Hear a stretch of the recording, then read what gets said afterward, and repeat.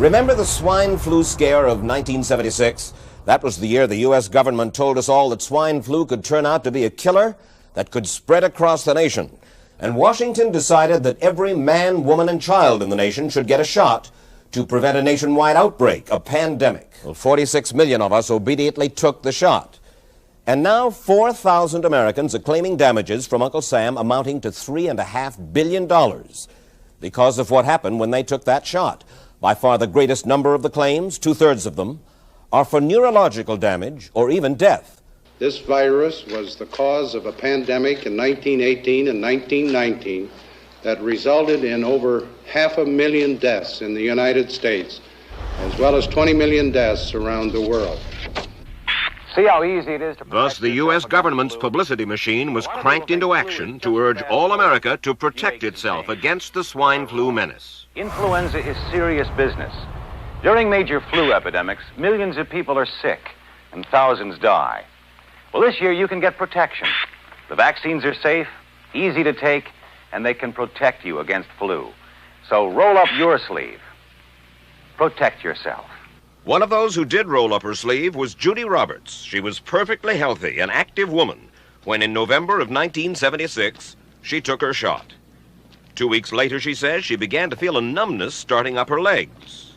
By the following week, I was totally paralyzed. So completely paralyzed, in fact, that they had to operate on her to enable her to breathe. And for 6 months, Judy Roberts was a quadriplegic. The diagnosis? A neurological disorder called Guillain-Barré syndrome. This disease can even kill. Indeed, there are 300 claims now pending from the families of GBS victims who died, allegedly as a result of the swine flu shot. Judy, why did you take the flu shot? I'd never taken any other flu shots, but I felt like this was going to be a major epidemic. And the only way to prevent a major epidemic of a really deadly variety of flu was for everybody to be immunized. As part of informing Americans about the swine flu threat, Dr. Sensor's CDC also helped create the advertising to get the public to take the shot. Swine flu? Man, I'm too fast to let it catch me. You'll want to be protected. Get a shot of protection. The swine flu shot. Let me read to you from one of your own agency's memos planning the campaign to urge Americans to take the shot. The swine flu vaccine has been taken by many important persons, he wrote. Example, President Ford, Henry Kissinger, Elton John, Muhammad Ali, Mary Tyler Moore, Rudolph Nureyev, Walter Cronkite, Ralph Nader, Edward Kennedy, etc., etc. Did you talk to these people beforehand to find out if they planned to take the shot? I did not know. Did anybody? I do not know. Did you get permission to use their names in your campaign? I do not know. Mary, did you take a swine flu shot? No, I did not. Did you give them permission to use your name saying that you had or were going to? Absolutely not. Never did. Did you ask your own doctor about taking the swine flu shot? Yes, and at the time he thought it might be a good idea. But I resisted it because I was leery of having the symptoms that sometimes go with that kind of inoculation. So you didn't? No, I didn't. Have you spoken to your doctor since? Yes. And? He's delighted that I didn't take that shot. Dr. Michael Hatwick directed the surveillance team for the swine flu program at the CDC. His job was to find out what possible complications could arise from taking the shot and to report his findings to those in charge. Did you know ahead of time, Dr. Hatwick, that there had been case reports of neurological disorders, neurological illness, apparently associated with the injection of influenza vaccine? Absolutely. You did? Yes. How'd you know that? By review of the literature. So you told your superiors, the men in charge of the swine flu immunization program, about the possibility of neurological disorders? Absolutely.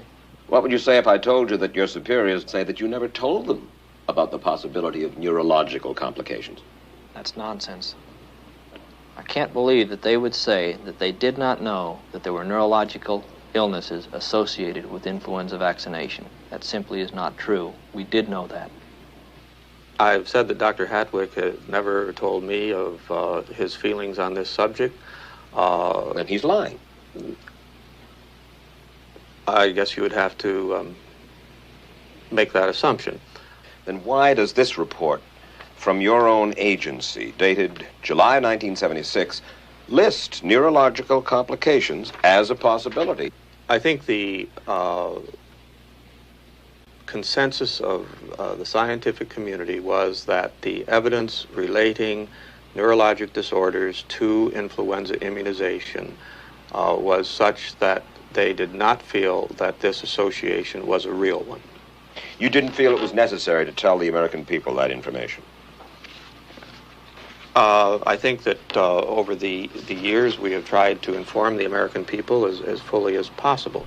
The vaccines are safe, easy to take, and they can protect you against flu. I told Judy to take the shot. She wasn't going to take it, and she never had shots. And I'm mad with my government because they knew the facts. But they didn't release those facts because if they had released them, the people wouldn't have taken it.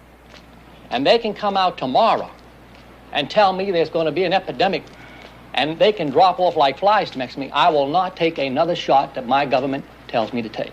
Meantime, Judy Roberts and some 4,000 others like her are still waiting for their day in court.